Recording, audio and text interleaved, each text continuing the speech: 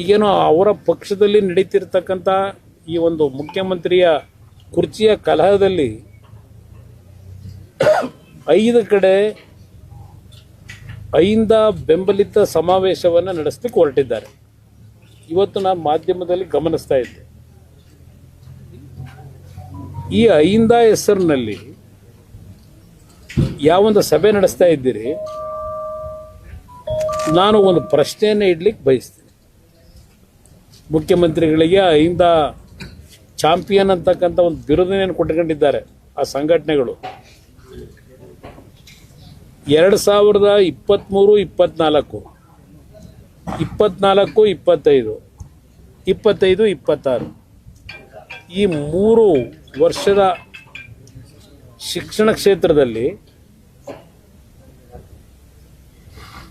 OBCಗೆ ಮತ್ತು ಮೈನಾರಿಟೀಸ್ಗೆ ಯಾವ ಮುಸ್ಲಿಮರ ಚಾಂಪಿಯನ್ ಅಂತಾರೆ,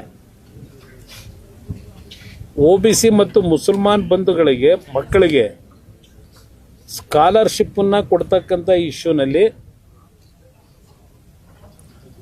ಸುಮಾರು 1,64,000 ವಿದ್ಯಾರ್ಥಿಗಳಿಗೆ ಈ 3 ವರ್ಷದ ಸ್ಕಾಲರ್ಶಿಪ್ಗಳು ದೊರಕಲಿಲ್ಲ. 1,64,000 ವಿದ್ಯಾರ್ಥಿಗಳಿಗೆ. ನಾನು ಅದಕ್ಕೋಸ್ಕರಲೇ ಈ ಅಹಿಂದ ಹೆಸರಿನಲ್ಲಿ ಯಾವೊಂದು ಮುಖ್ಯಮಂತ್ರಿಯ ಕುರ್ಚಿಯನ್ನು ಭದ್ರಗೊಳಿಸ್ಕೊಳ್ತಕ್ಕಂಥ ಒಂದೇ ದೃಷ್ಟಿಗೋಸ್ಕರವಾಗಿ ಈ ಹೆಸರುಗಳನ್ನು ಉಪಯೋಗ ಮಾಡ್ಕೊಂಡು ಬಂದಿದ್ದೀರಿ. ಈ 1,64,000 ವಿದ್ಯಾರ್ಥಿಗಳು ಸ್ಕಾಲರ್ಶಿಪ್ ಪಡಿಬೇಕಾದಂಥವ್ರು ಈ ಅಹಿಂದ ಸಮಾಜಕ್ಕೆ ಸೇರಿರ್ತಕ್ಕಂಥ ಮಕ್ಕಳು.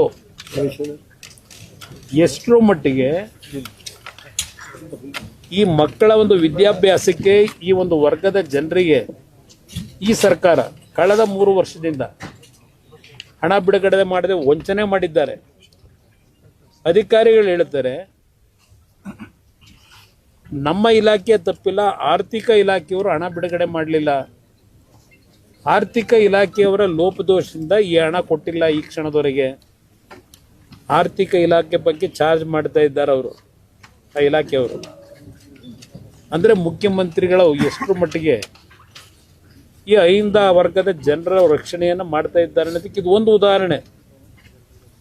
ಯಾವುದೋ ನಿಮ್ಮ 6-5 ನಿಮ್ಮ ಗ್ಯಾರಂಟಿ ಸ್ಕೀಮ್ಗಳಿಗೆ SCP STP ಹಣವನ್ನು ವರ್ಗಾವಣೆ ಮಾಡಿರ್ತಕ್ಕಂಥದ್ದು ಅದೆಲ್ಲ ಒಂದು ಭಾಗ ಪ್ರತಿ ಚರ್ಚೆ ಆಗೋಗಿದೆ, ಅಳಿಸಲಾಗಿದೆ. ಅದೆಲ್ಲ ನಾನು ಹೇಳಿರ್ತಕ್ಕಂಥದ್ದು ಅಹಿಂದ ಸಮಾಜದ ವಿದ್ಯಾರ್ಥಿಗಳಿಗೆ ಅವರ ಶೈಕ್ಷಣಿಕ ಬದುಕಿಗೆ ಎಷ್ಟರ ಮಟ್ಟಿಗೆ ಈ ಸರ್ಕಾರ ದ್ರೋಹ ಮಾಡ್ತಾ ಇದೆ. ಇದನ್ನು ಅಹಿಂದ ವರ್ಗದ ಜನ, ಮೈನಾರಿಟೀಸು, ಮುಸಲ್ಮಾನ್ ಬಂದವರು ಅರ್ಥ ಮಾಡ್ಕೋಬೇಕು ಅಂತಕ್ಕಂಥದ್ದನ್ನು ಹೇಳಲಿಕ್ಕೆ ಬಯಸ್ತೇನೆ.